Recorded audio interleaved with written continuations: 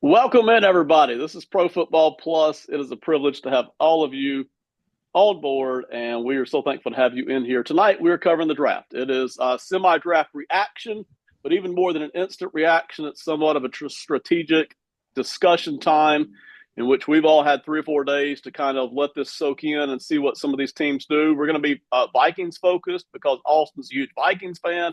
We're going to be Patriots focused because Shane is a huge Patriots fan. And then along the way, because Austin studies a lot of wide receiver work, we're going to hit some of these wide receivers pretty good as well. Shane does a lot of work as well. I asked him to do offensive linemen. So along the way, it's Patriots, Vikings, wide receivers, offensive linemen will be our main focus for the night. But we'll also maybe hit one or two other things along the way that the guys noticed and felt was important to cover on this draft session. So let's jump right into it. Give me 1 second. I'm going to do a little screen sharing.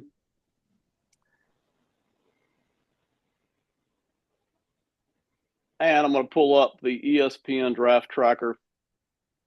We'll be working off of that tonight. Apologies for the lack of graphics, but you'll have our beautiful faces and the faces of the players to see. So we're going to start right off the bat with pick number 4 here. Obviously, Cam Ward, Travis Hunter, Abdul Carter go 3. Shane, I'm going to go right to you, man. Will Campbell, no surprise, but ultimately, how did you feel about the pick? Well, like you said, Ben, no surprise. I think it had already been demonstrated that Campbell was going to be the guy. Um, I think for fans that were worried about the guard tackle situation, the best thing Campbell's done is talk. Anytime they ask him, he gives I'm going to go all out for the team. I'm here to fight. I'll protect every quarterback. Ask him. And he's given that mentality that people think Vrabel's going to bring to the team. I think this was a draft that was heavy on guys that probably think they're tackles but will become guards. And if you're the Patriots and they drafted the tackle late in the draft as well, just to kind of cover their bases, I think you put Will Campbell in, you let him go either at guard or tackle and try to let him demonstrate what he's out there for. Um, but after, like you said, once the Travis Hunter and Abdul Carter thing processed through, the Patriots were picking Campbell no matter what. I liked it. Most of us semi expected it, along with maybe the Tetaroa thing. And listen, you mentioned all the offensive linemen in this draft, a lot of whom kind of a guard tackle dilemma there on them. I'm more than happy either way. If I've got a bad offensive line, I'm more than happy to throw them in at tackle, give them a chance, and then if it doesn't work out, push them into guard, which might be their permanent home, right? Or I'm honestly, if I've got a pretty good offensive line, I'm happy to plug them in at guard right away, let them get a year or two under their belt. And then as my offensive line starts to get expensive or age out, then push them over to tackle and start to see if they can develop into that. So more than happy either way to go with it. Patriots pick up Will Campbell. I'm going to hit Armand Mimbu here for the Jets, and we'll get over to Austin here on the wide receivers in a second. But Shane here, Armand Mimbu on the Jets. How do you like Mimbu, and more specifically to the Jets, how did you like him? I had him rated as a top tackle. I think he is one of the true guys that could play that spot. Um, they talked about his weakness in the run game, but I had mentioned last week, like if you watch his tape from the year before, when they had a running back, he was dominant. So I mean, if your offensive change and they ask you to pass protect more than your run block, you're going to show that. And but you get in it. It's like what always happens during the draft. You're unstoppable for 4 years, and then they give you 7 months to pick you apart, and they're going to find out what your weakness is, and that's okay. Everybody has strengths and weaknesses, but they went after him. For the Jets, I think it's a good pick for them. They need help along the line. But if I'm the Jets, I also think that I don't see how this is going to save us in any way either. It's not a pick that transforms this team. I think he'll be good. I think he'll be more than serviceable on that offensive line. But there were an awful lot of needs for them. So was a little surprised that he was the pick. But I think if you're going for a tackle, he was a good selection. Austin, pleasure to have you on board. I got to tell everybody, Austin produced, and by the way, I'll do a little pre-advert here. Coming up May 20th, we're going to take a week or two off here to give ourselves a break and some prep time here because we are not stopping. We are reloading with a bunch of content all through the summer. So you do not go, you you take your summer vacations, but we're going to be here rocking and rolling. But May 20th, we're going to do a top 10, top 15 ish college football quarterbacks coming up, but more with an eye toward the 2026 draft. So we'll do two things. We'll try to give you, the audience, a good flavor of what kind of quarterback you're going to see for the upcoming year. And then also maybe what our thoughts or our wishes are for these quarterbacks as they try to, show what they can do for the draft in 2026. That's coming up on May 20th. You don't want to miss that. But Austin put together for this past draft, he put together a tremendous Excel sheet in which it's got a great formula for grading quarterbacks, wide receivers, running backs, and tight ends as well. I only got to do so many of those grades before I just ran out of time, but I've already started using that formula for next year's 26 draft. So we are amping up, people. Hang with us all through the year, but specifically coming up, Austin does a tremendous job with that. Austin, though, Tetairoa Millen to Carolina. How do you like him as a player, and then him specifically to Carolina? First of all, as a player, tremendous. Lots of upside, and I think he has a really high floor as a player as well. He's got really solid hands.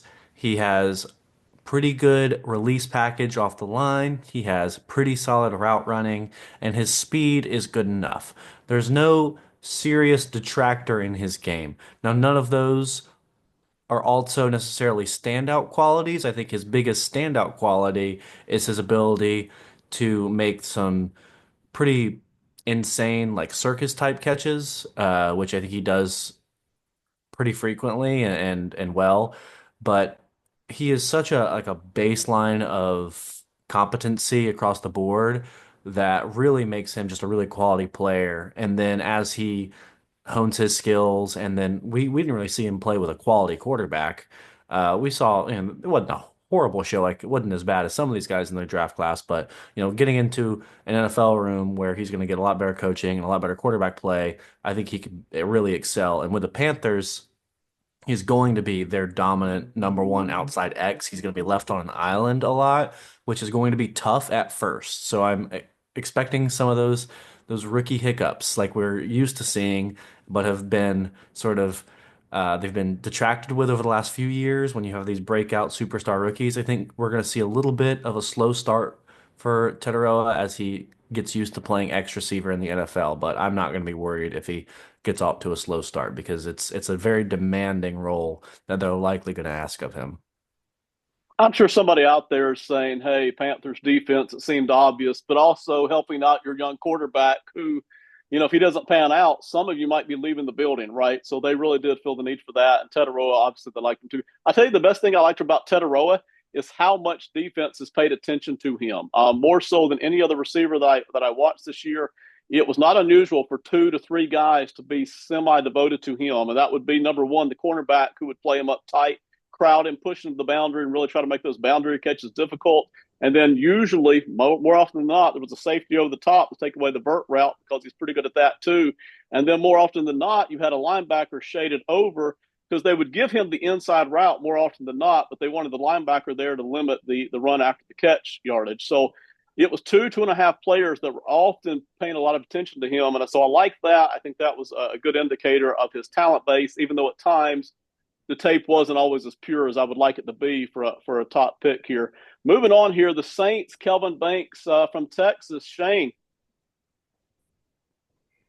Yeah, for the Saints, they spent a lot of money and had a really good offensive line until injuries absolutely destroyed them last year.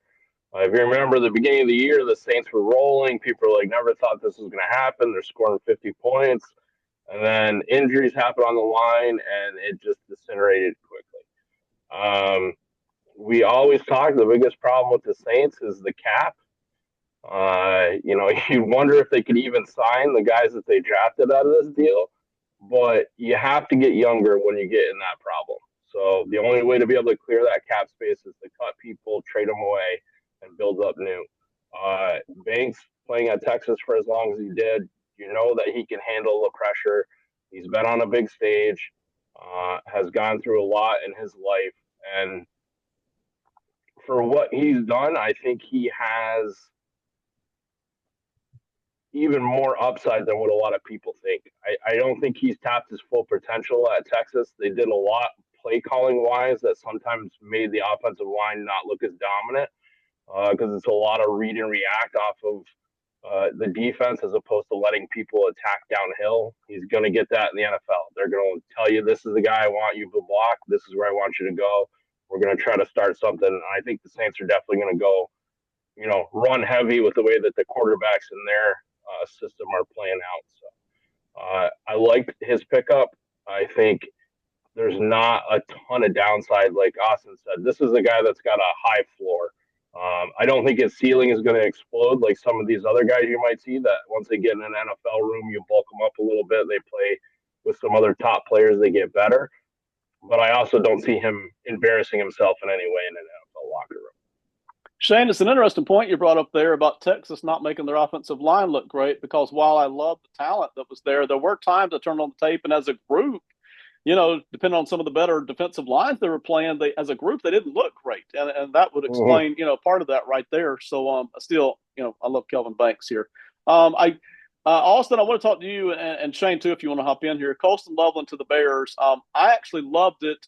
Not that I'm the hugest Loveland guy. I liked him. I wasn't just in love with him, but I especially loved Loveland going to work with Ben Johnson was a thing that for me was really great, especially considering what else they've done in this draft in the offseason. I see the offensive pieces really coming together here, Austin.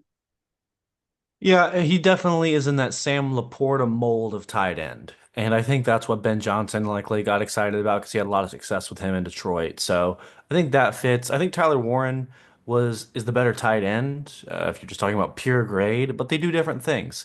It's like drafting a receiver. You're drafting a big X receiver like Ted McMillan versus like a guy who we're going to talk about shortly in Emeka Ibuka. Two very different players. And while, one of them I think is better than the other, that doesn't necessarily mean that that better player is the better fit for every team. So if Ben Johnson identified Colson Loveland as the guy who is the puzzle piece that fits that Bears offense better, then I'm for it. Shane. I think Austin hit on a lot of what I would cover. I got the chance to be on with a frequent collaborator with us, Yusuf, during his draft coverage, and I called the Loveland pick for the Bears with some disagreement from other people. But I think Austin brings up a great point where you're talking about talent that didn't have a quarterback. Loveland was the only wide receiver, tight end person to catch a pass basically for Michigan last year. Just an absolute disaster in the quarterback room for them. Yeah. And I think Ben Johnson sees a guy that I agree with Austin too. I would take Tyler Warren. I think people don't even understand how good he is because Penn State asked him to do so much. Like, if you don't think this guy's a blocker, put on the tape. If you don't think he can do this, he played short yardage quarterback better than Drew Aller did. He was the best receiver for them. He snapped the ball and then caught a touchdown against USC over the top of 3 defenders. I mean, the guy is amazing in what he can do. I think for Loveland, people really talked about his blocking ability. And I think Ben Johnson sees a guy that he can split out wide, keep Cole Kmet in tight, and move him around as a chess piece. And the more weapons you can get for a young quarterback, then I'm sure Ben Johnson's just talking him up every single day. Like, look, we're going to get you more weapons. Look at all the offensive linemen we signed. We're a new team. We're going to score points. They give him just one more security blanket, just another person to touch the ball off to. I think it was a quality pick by Chicago. I like, just like Austin said, Warren I still think was the best, but I'm not going to knock you. I think those two guys were tight enough to where whatever decision you made, you were strong at tight end. Yeah, I agree, because I ultimately like the tight. There weren't many guys whose tape I turned on that made me smile. Tyler Warren was one of those guys. I liked it, but they're two different guys, and you're not going to get the same thing out of one guy you would get out of the other. So I do like Loveland going to work with Ben Johnson. I like that. Let's stay on the Bears here for a second. I'll get Austin on Luther and Shane on Ozzie here. I love that they're going after offense here. Talk about the players and whether or not you even think that was the best player. But Austin, Luther Burden here also heading to work with Ben Johnson.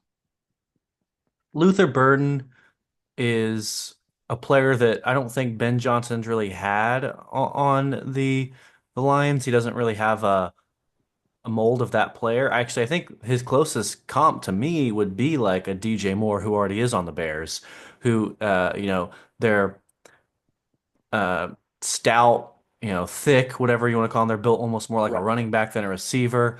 Really good with the ball in their hands. Also, a lot of straight line speed. I think sort of the more receivery type traits that you see out of guys that you're like, oh yeah, that guy's a receiver. They don't necessarily have that, but they play in a way that allows them to excel with using a lot of just pure athleticism to win rather than sort of refinement and technique. And then Luther Burden also has tremendous hands. I think that's something that's not talked about enough about him is he is a great catcher of the football. He catches the ball out away from his body. He doesn't, let it get into his body a lot, which is a big problem of mine when receivers do that. So Yeah. I think he's a Yeah. really solid player. I have no idea how they're going to use him.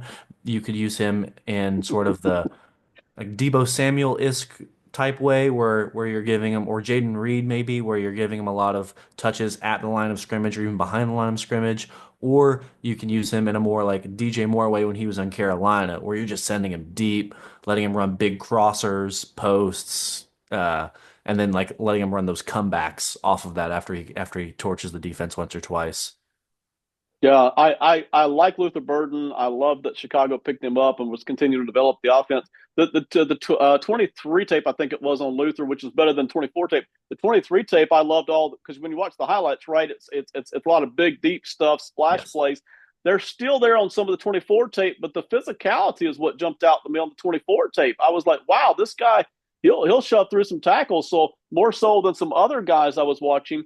I like that. And again, we can always debate whether or not that was the best pick for Chicago, but I do like that they have a direction. Speaking of direction, they even added offensive lineman here. Shane, talk about Ozzie Trapillo here out of Boston College. Full disclosure, I didn't do as much film work on him, so I like that they went O line. I just don't know if this was the best guy or not. Tell me about what you're seeing and what Ben Johnson may have seen. I think they had other options here, but I think they saw a guy that competes and is also athletic on the outside. So in Ben Johnson's offense, you're not always going to be able to draft a Penny Sewell. So, Right. you need somebody. They have Tyler Decker on the opposite side, a very Ozzie Trapua player. You're going to take the right steps. You're going to be able to lock stuff off. You're going to try to make things work for him. He's played both tackle positions throughout his career. I think he has the ability to fill in for them right now. I think this is a fill-in pick. They spent money up front to try to bring in new offensive linemen. I think this is a guy to help Oh. competition. I don't think he's going to be someone that they're going to push right in. I think this is probably a next year moneymaker for them. I think they'll see what they have, and then I think he'll make a position out of it for next year. Just from a position standpoint, without speaking about Ozzie too much, that's one reason I really did like the pick. Is it felt like Ben Johnson and the GM got together and said, "Hey, let's make this O line as good as it can be right away, so we're more competitive right away, and then let's add to it in the draft that will hopefully help us down the road." And I'm sure they're probably not done with this next offseason. We'll probably see another draft pick coming through as they continue to try to put that together. So Ozzy was let me one. go back here. Ozzy was one of the quickly one of the guys who I didn't necessarily watch, but he showed up on tape that I was watching other people, and I just wrote one note next to his name, and that was BMF. And if you know what that stands for, that's Is he really 6'8"? I just didn't see that. Is that really a thing? Is he that tall? yeah. If you look at there's a great site called Mock Draftable where you can see all Okay. like the player rankings. He's 98th percentile Yeah. in weight or in height. It's official height 6'8" and 1/8.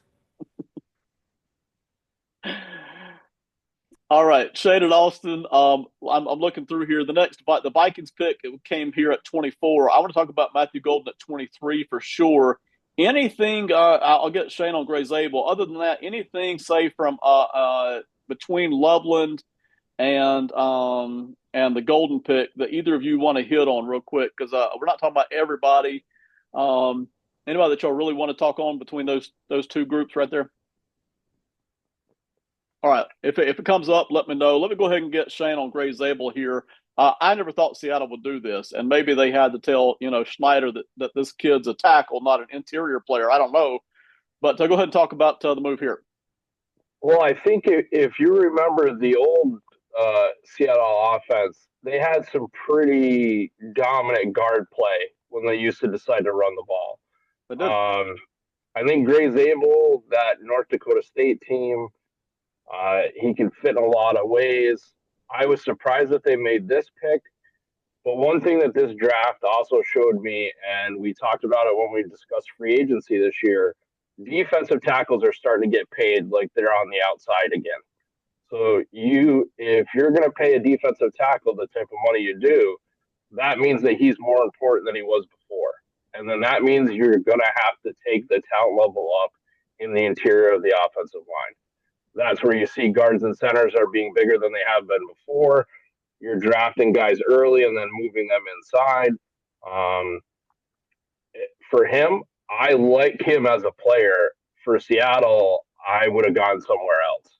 And that's not a knock on him. I think he'll fill in well. I mean, they had needs, but what did you want Seattle to do? You go ahead and give it to us. I mean, I wouldn't have picked Sam Darnold.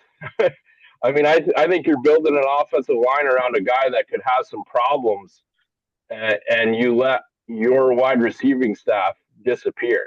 You know, like so I agree, protect them, but if you don't have anybody to get the ball to, I don't care how great your offensive line is, you're going to give up sacks because Sam Darnold's not going to run away from it. Let's go ahead and drop in on Seattle here for just a second, because we probably won't spend a whole lot of time on them as well. And I was trying to remind myself here because they went Jordan Burch, Will Johnson, Cody Simon, Denzel Burke, but all fine players, but nobody else to throw the football to out of this draft class. Which I thought they were going to draft a wide receiver, so I'm surprised they didn't. But you're saying somewhere in the first couple of rounds they did draft a receiver. I don't think that's the. I've got the wrong team pulled up. Give me 1 second here. I'm gonna roll over here. Yeah, there we go. All right. So, fifth round, they picked up Torrey Horton. Anybody else here? Ricky White out of UNLV. Elijah Arroyo is a tight end that I liked a lot. Yeah. I think, and I also think that, in all honesty, Tony Horton was good for Colorado State, too. He got the ball a ton. But for me, I would have looked offense, earlier on.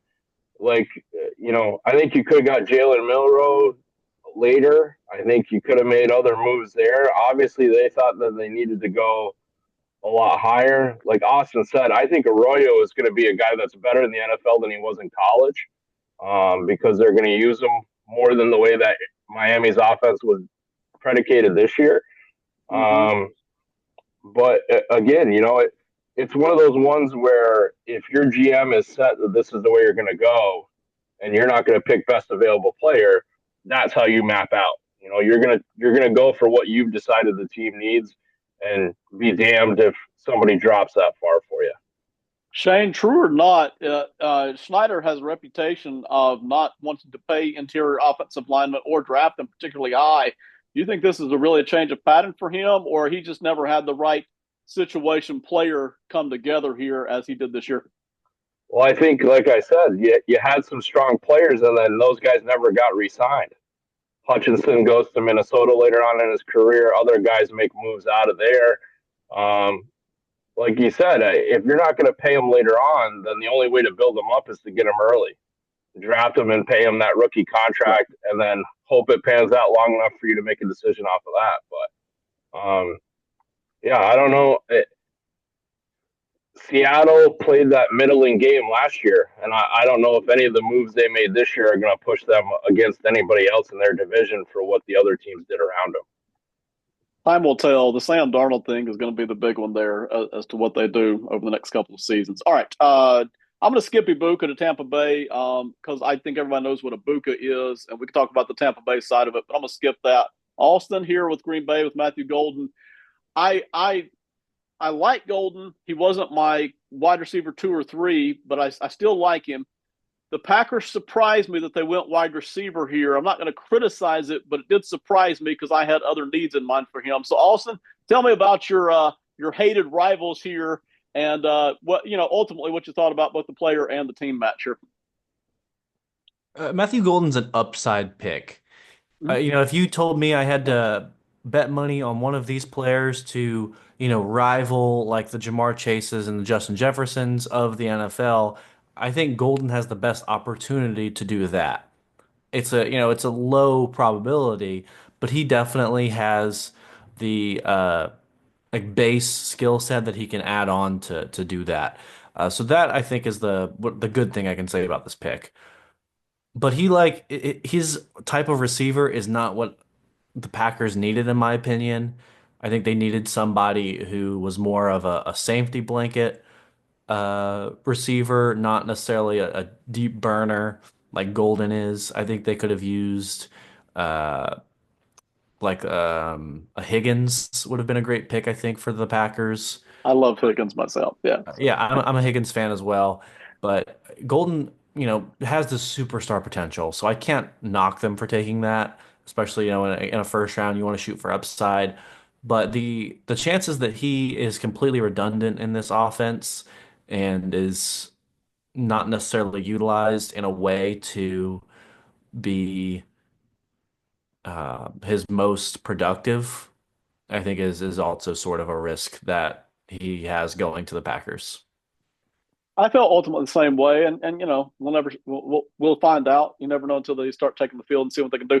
I do want to ask you as a Vikings fan, Austin, because we're about to get to your Vikings team. But as a Vikings fan, position aside, just any player here that was still available, which player would have bothered you the most had the Packers went and got him? Would have like, dang it, I really didn't want that player over there playing for Green Bay.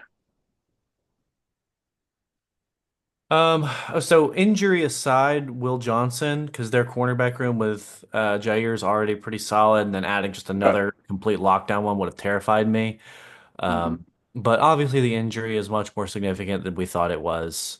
Right. Um, but yeah, I think Will Johnson probably pre-draft, and then considering that injury, um, someone like a Malachi Stark. So I was hoping that would have hurt me because that's who I wanted the Vikings to pick. So if the Packers had taken him, I would have been upset because then we couldn't get him, and we ended up not taking him anyways. Totally understand. Shane, in a second, we'll come back to you with the Patriots early second round pick, unless there's anybody else here in the first round you want to talk about. Austin, we finally get to your team here. They didn't have a lot of picks. They didn't necessarily create a bunch this draft, but they started off with Donovan Jackson out of Ohio State. Tell us about the player and the match. Jackson is a fantastic off interior offensive lineman. I think he fits best at left guard, where he played most of his games at college. He also slid over and played some left tackle. So I think in an emergency, if we need him to play tackle, that's fine. But he's going to be a fantastic left guard, which was the biggest position of need. I think individually amongst any position, left guard was it. So this was a draft for a need. It wasn't, picking the best player available, or it wasn't looking sort of at all of our like the theme of needs, the overarching group of needs, and just picking one of them. It was we're going to identify our biggest need and get the best player at that. And that's what they did. So I don't necessarily hate it. I think there were a few better players, but in terms of identifying a need correctly, I think, and then addressing it well, they did that. Real quick, I'm gonna put you on the spot, Austin, and this may change because there may be position battles, but the projected offensive line for the Vikings, loosely based, what are you feeling like that may across the board, the top five, what that may look like next year? Well, obviously we've had our right tackles or both of our tackles, and those were never, a doubt. When we did our Vikings skip thing the other day, that was something we talked about how the tackles are good, but we brought in a right guard in Fries and a center in Ryan Kelly. So those are going to be our right guard and our center respectively, and now Donovan Jackson slides as an immediate starter at left guard. So to make actually Yeah. a pretty solid offensive line now. I like it. Do a little advertising here. Me and Shane and Simon Short, sometime in early summer, are going to come out with our offensive line grades for the NFL, all 32 teams. We won't necessarily get into each individual player, but looking forward to the offensive lines we think are going to be starting in 2025 in the NFL. We're going to do some grades there and talk about that coming up here on over on the Box Score Network here in just a few weeks. So be on the lookout for that as well. Shane or Austin, before we close out the first round here, anybody else you really want to talk about here? All right, so we're going to move on to the Patriots. We'll settle in for just a little bit of Patriots conversation with Shane here. So I'm just going to go ahead and pull up the team. Give me 1 second to roll over here to New England. We talked about Campbell. Shane, settle in on Travion Henderson here. And then we obviously, there's too many players here for us to talk about every one, but talk to me about how you felt about the Patriots draft overall. And then if there was any other, maybe one significant move you hoped that they had made that they didn't. Okay. So in our draft time, we talked about Travion Henderson a couple of times when he came up for other teams. And we all said, good blocking back, good running back. I didn't think they would go running back as early as they did, but I think they thought that the numbers were going to push against them if they didn't. I like him as a draft pick. I thought it was a good selection. I think it shows that you want to change the mentality and you're going to affect the way the run game is. I think you also think that Stevenson hopefully takes this as a challenge and comes in ready to camp to try to show that he's the number one. I think you make those draft picks. The one thing that I thought was funny that I didn't see happening from a Patriots perspective, if you remember, when it was my chance to protect somebody, I picked Joe Cardona, the long snapper, to be protected, and the Patriots turned right around, draft a long snapper, and cut Cardona, who was the team captain today. From what everyone says, he was the top long snapper by a mile in the college football last year. I think he's undersized. So that kind of surprised me. The pick that I was most happy with out of this, because I kind of, every time we did a draft, if Kyle Williams was available, I mentioned him as a pick that I might take at wide receiver. I think that really helps the Patriots. I think he's going to fit in real well. I think he gives you a ready-to-go wide receiver. I think you put him with Stefon Diggs and give him a chance to learn some other things in the NFL. I think that was a great pick by them. I really like this Patriots draft, Shane. I'm going to stick with you here for just a second and talk about it. I really liked it. So the Campbell thing at the top we talked about was kind of, I don't want to say obvious, but expected. So I liked that. Look, they could have done a lot of things in the second round, and I would have been okay with it. But I like Travion Henderson coming in here. I'll ask you about Henderson versus Quinshon Judkins for you as the Patriots guy here in a second. I liked Kyle Williams coming in. Again, you could argue maybe another type of a wide receiver, but I liked Kyle Williams. I like that they've got him on board. Again, I see a direction here. That's what I really do like, because I was waiting to see. They spent so much money in the offseason on defense, which surprised me a little. I was like, well, they're going to do the opposite here in the draft and catch a bunch of offense, which they did. I got really excited when they added a second offensive lineman here with Jared Wilson out of Georgia. That really got me excited. And then coming all the way down here in rounds 4 and 5, which is actually lower than I expected these two guys to go. That's why I liked it. They picked up Joshua Farmer out of Florida State, the defensive tackle, and Braden Swinson Edger out of LSU. So I just liked that they were able to get guys lower down for that defensive line than I expected guys to be sitting there. But I did like that they went offensive tackle, running back, wide receiver, center here on offense. I see a direction. Not all these guys are going to step up big time right away, and maybe a couple of them never do. But I like the direction here. So ultimately, did you like the direction? And then how did you feel about Henderson versus Quinshon Judkins? Yeah, I think if you're a Patriots fan, if you're not happy with this draft, then you probably weren't going to be happy with anything. I think they went and took a look at what they needed. They filled those spots. You can always question who you go for. Where's this? Right. They went on a run of defense. I think the person that a lot of people aren't talking about, and I think it's because there's not a direct opening for him, but Craig Woodson out of California. California, the last 3 years, has had outstanding safeties. I don't know what it is. It's probably because nobody else there plays defense, so those guys get bombed on when it was the Pac-12, and definitely got destroyed this year when they had to make the move. but I think he's going to fill in real well uh, for the Henderson versus Judkins. So this is I would have gone Judkins because I feel like he is a more explosive, more things you can do with the ball. I feel like Henderson is still a linebacker that they moved back to running back, and so he fills those type of needs. But if I'm a quarterback, I'm more happy that you picked up Henderson because from what the number one thing mentioned all the time is pass protection out of him. Like he's going to be able to get his reps right away because they're going to trust that he'll pick up the blitz, he'll follow through, he'll do what he does. And I mean, the Patriots, when they were good, they had a running back that was right in that 200-pound range that could take a couple of hits, and then they'd have somebody that was a third down back. They always had just a third down back. Um, and so, like I said, if you're a Patriots fan and you weren't happy with this draft, then uh, you probably were not going to be happy with anything else that happened either.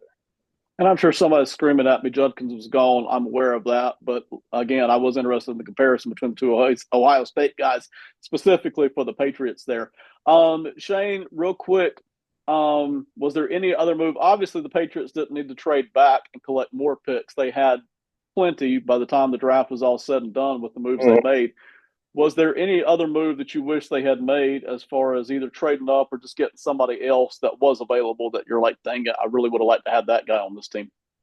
I think for a lot of those ones, it was one of those where the player you probably thought they wanted got picked 3 picks before them. Right. I think if you look at those defensive linemen that popped up in the third round, I think both guys will do great as situational fill-ins for how that fills out. But I think they also saw like, maybe we could have made a move here. Maybe we could have got this guy.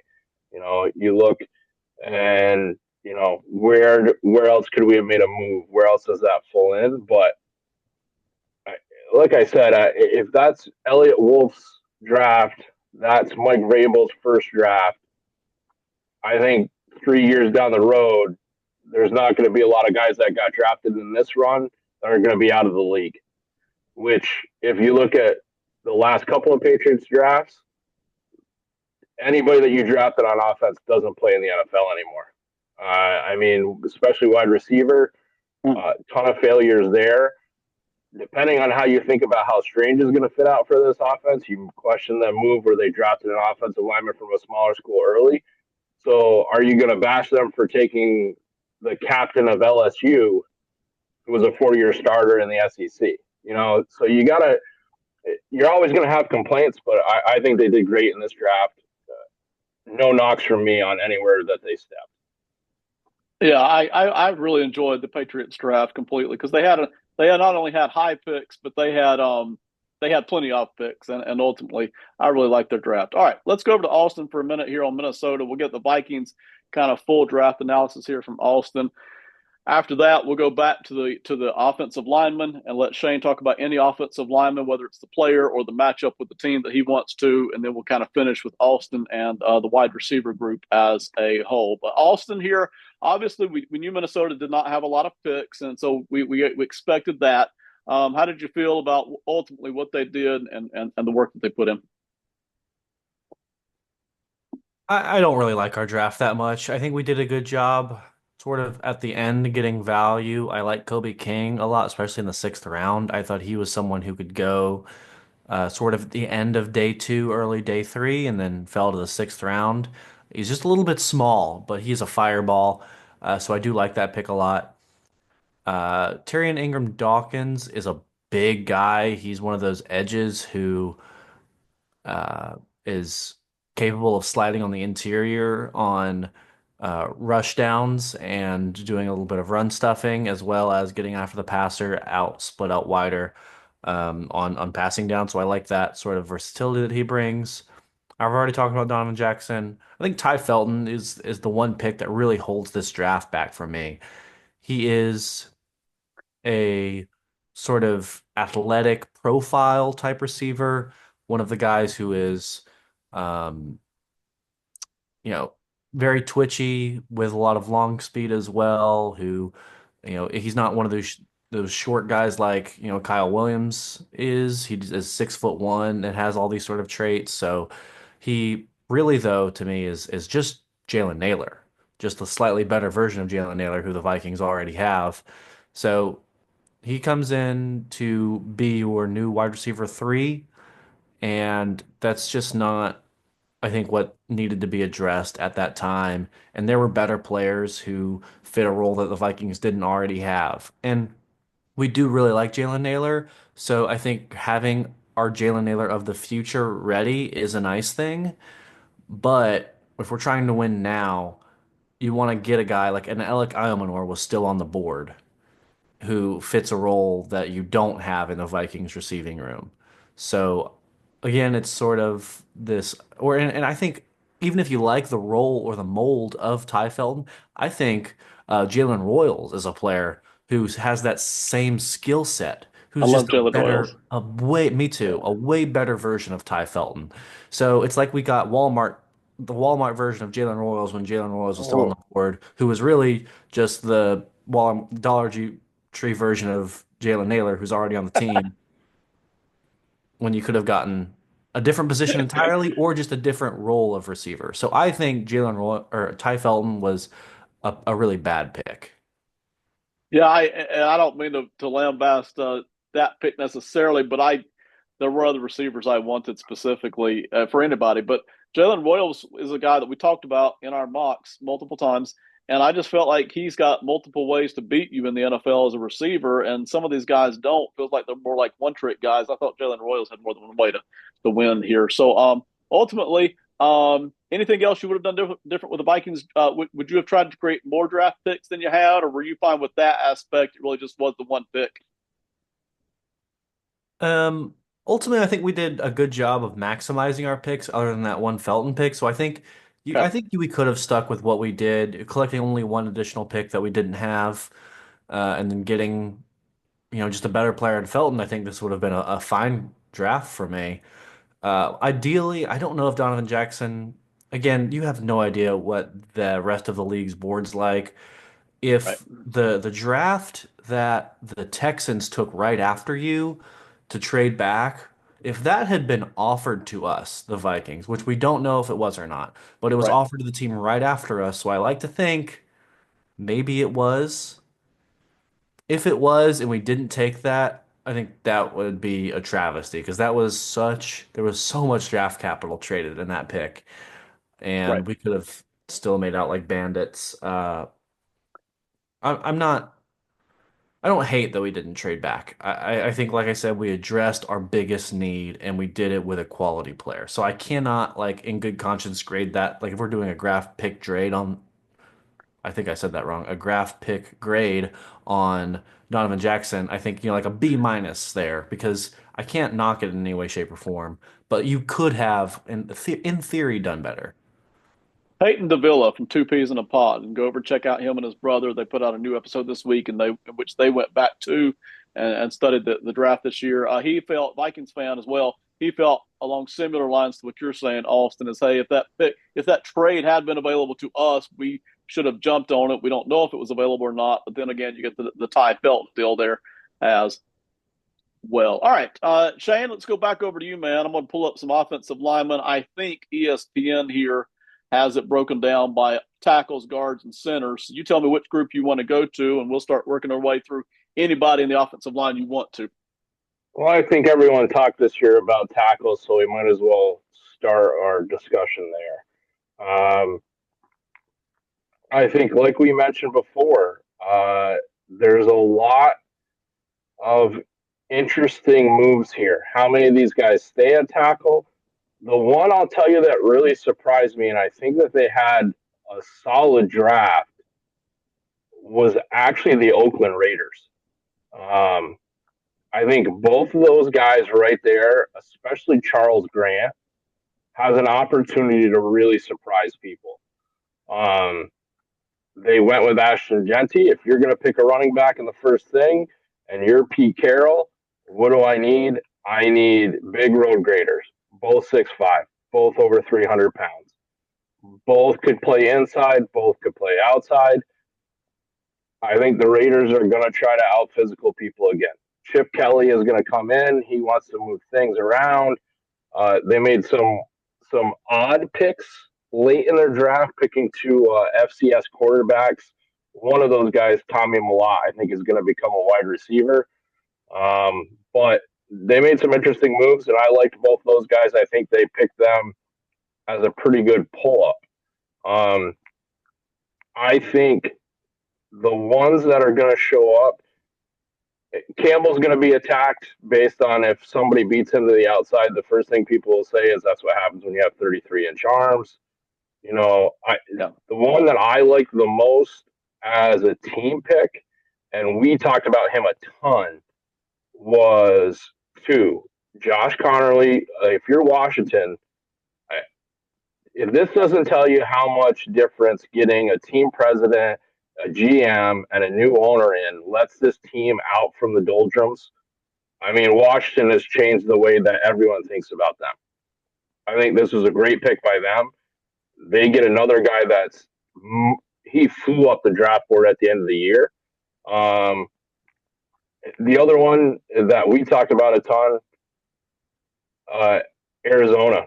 When you picked uh, Salamea, we talked about that he is just a mean giant guy, and when you turned on the tape to watch Tate and see what he could do, if you're Miami and you needed help, this guy is a guy that's going to change the way that you play.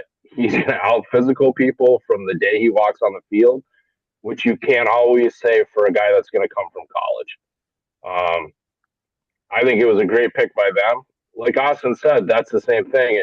Donovan Jackson, I think he'll end up being a solid player, but if I'm Minnesota, I think I probably could have got somebody else that I would have liked very similar, moving back and then making some draft capital out of that. I think Austin hit on it. The Texans threw away draft picks to make their moves, and if you could have got in that and threw a little bit of extra pressure their way, uh, and then with centers, I feel like it's always interesting. You don't have a lot of guys that are drafted anymore directly from the center position in college. It's a lot of moving guys that were great at the position they played, and then they move. Um, Patriots took Jarrett Wilson, give him an opportunity. They moved away from Dave Andrews. The one that gets me is if you're an offensive lineman and you get picked by Philadelphia, there's something somebody knows that the rest of the league didn't prepare for.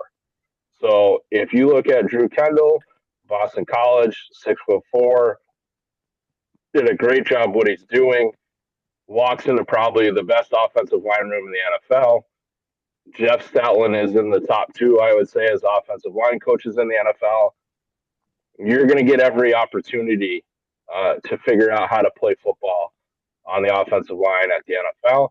You also now have the number one paid center in the NFL right in front of you, and Cam Jurgens, and you had a future Hall of Famer right before him. So, I mean, if you're stacking this up, if I'm Drew Kendall, I'm pretty pumped that this is where to be.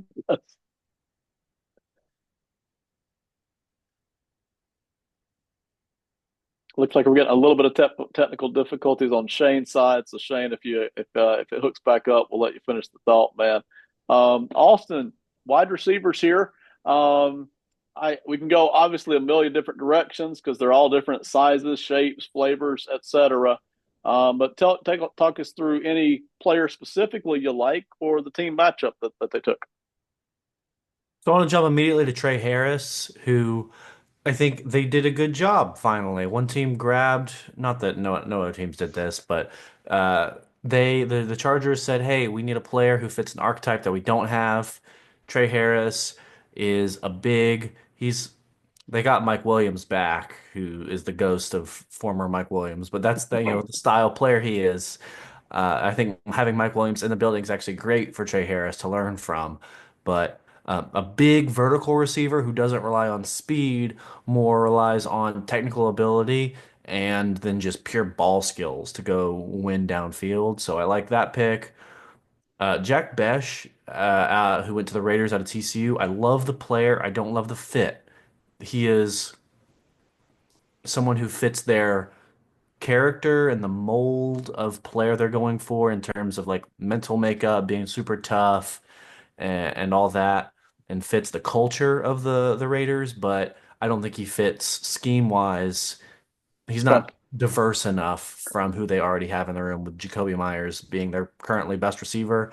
Jack Bash and Jacoby Myers, very similar players. We've talked about Kyle Williams. I think Isaac Tesla was one of the most wild picks I saw. This is a man who is pure traits. He has such a small amount of production at Arkansas to go off of. You're just simply looking at a guy who is very big, very physical, very fast, and then you're just saying, "Hey, we can coach him." So that's a just a shot in the dark that I think in the third round is a little too early for me when you have more refined guys like a guy who went a couple picks later and Jalen Knoll to from Iowa State to the Texans.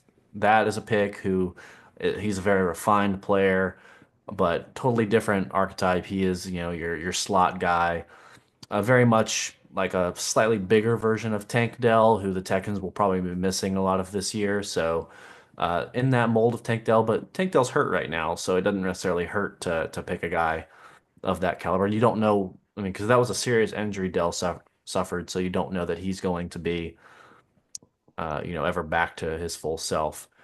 Deontay Thornton for the Raiders is another interesting pick. He is a guy who is more of that Isaac Tesla type, who's just big, fast, physical. This is a guy the Raiders don't have. This is one I like taking, and this is in the fourth round. So I like, it's a little bit later. I think a better prospect than Tesla for me, Deontay Thornton Jr. is. So I like this pick a lot more than that Thornton one, and he is a mold that they don't have in Vegas already. So I love that pick. And then three more I want to talk about. The first one is Jalen Royals, who we already mentioned briefly, but I think he fits so well in the Chiefs' offense. He is very much a guy who does a few things well, a lot of Rashee Rice type qualities to him. And Rashee Rice, we don't know what's going to happen with him due to his off the field stuff. So, and he got hurt last year. So, um, you just don't really know with Rashee Rice what you're going to get from him going forward. So grabbing Jalen Royals, who can do that Rashee Rice stuff, but also has the ability to be a more vertical receiver with some refinement and some cleanup in the NFL. I like Iomanor, great pick for the Titans, very reliable receiver. A guy who you can just say, hey, we need you to go win. We're going to throw the ball to you if you win or don't. And then we expect you to win if you hadn't already at the point of catch. So that is the type of receiver that used to be super common in the NFL. We're seeing less of it as time goes on. But when you think of like an Andre Johnson, that's to me what Iowa can be. And then if you decide you're going to go the other way with him and say, you know what, we're going to go this super modern, Cooper Cup style big slot with you. I think he could do that as well. He has very quick feet. He's not necessarily fast or super great with change of direction, but he has very good footwork and very choppy with him. So I think he could develop that skill set to be sort of a big slot as well. And then last one, we'd already mentioned it, but the Seahawks pick of Torrey Horton, I love because that's another guy you're just gonna throw on the outside. They have Cooper Cup in the slot. They have Jackson Smith and Jigba, who is like a really good Z receiver who you can start off the line, you can throw him in the slot, you can throw him out wide, you can do whatever you want to get the ball in his hands. And then Torrey Horton, you're just going to stick on the outside and say, go win vertically downfield. And we're going to throw a couple bombs to you. And we saw Sam Darnold have success with Jordan Addison in Minnesota. I think Torrey Horton is that style of player, like a Jordan Addison. I like everybody you mentioned, man, as far as, just them being a player and what they offer the teams that they were drafted for. Obviously, we could spend 2 hours more talking about these wide receivers. There's a lot of them here on the board. So, Austin, I'm gonna come back to you in a second for final thoughts on the draft. Anything that we did not get to that you want to reference here, Shane? Same for you here. You can either finish the offensive line thought you were working on, or give us your final thoughts on the draft. I mean, I think the offensive line will be one of these ones that plays out. I love what Austin said about the wide receivers. I think the ones that he hit on that were late and some of the moves they could have made. We talked about Royals a ton. We talked about Horton. Like those guys are gonna surprise people when they get their opportunity. Um, I mean, I guess the biggest thing that comes out of the draft, which we thankfully didn't talk about a ton, is I think this shows people that you have to go into the NFL draft like it's a job interview and not like you've already won. I think that's probably the number one thing that's going to come out of this draft. And I think it will probably change the way that management and some other people handle interviews going forward for some of the drop. Um, so I think everybody else covered that pretty thankfully every single day since the draft has happened. So we chose a different direction. I'm happy for that, but I'd be remiss if we didn't at least mention it before we wrap it up. Yeah, there's a part of me that's always tempted to think about what might get the most views, but I just like talking what I like talking about. So I like talking about O linemen and wide receivers and team fits and diving deeper into the team side of things. So we are what we are, I guess. Austin, any direction you want to go here, whether it's that or something else, man? No, I think this is an interesting draft, and I think it was just a really good case on how differently the NFL GMs and front offices look at players versus the public, because there were some of these that were off, not by a round or two, not just a day off, but like, from a first rounder to a fifth rounder. And we saw that a Mm-hmm. few with a few different players who just were completely misvalued by the public. And again, a lot of that comes down to the different ways that we're looking at players, but also the just tons of information besides the film that go into these players. And so that's one thing I want to take from this draft is to remember that they're not just drafting football players, they're drafting people. And these people have lives and baggage and injuries and all sorts of other and people around them that are also a factor.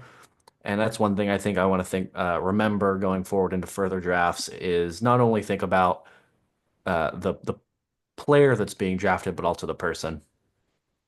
That's a great point. My number one assumption when I see a guy, any guy, whether it's a guy I liked or just people in general liked, when I see him fall by a lot, not just, like you said, 10 picks, but a whole round or maybe 3 rounds, my first assumption is there's a medical issue. My second, that none of us knows about, my second assumption is, well, there's some kind of a legal slash personality character issue that, again, none of us has been given access to or is bigger than we were all told that it was.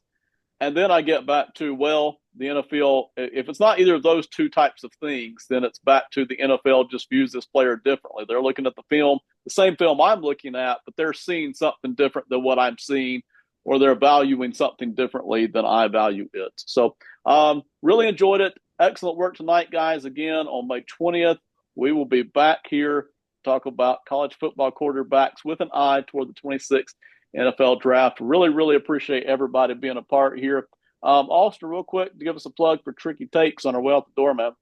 Yeah, thanks for that. Tree Takes, come check us out. We're doing our reaction to ESPN draft grades this week, so that'll be fun. And then if you're a baseball fan, go to the YouTube channel, Box Score Network. We're having a Tricky Takes episode, the podcast episode get published there on YouTube. We're doing our team of the month. So check us out every month. We're doing our team of the month on YouTube every month this summer. So check us out.